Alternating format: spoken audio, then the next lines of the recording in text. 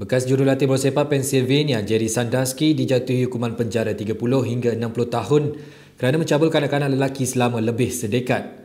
Pencabul kanak-kanak bersiri Sandusky tiba di mahkamah pada Selasa untuk menghadapi hukuman. I believe that the sentence that the court imposed today was a wise and proper one and that it reflected the seriousness of the defendant's crimes.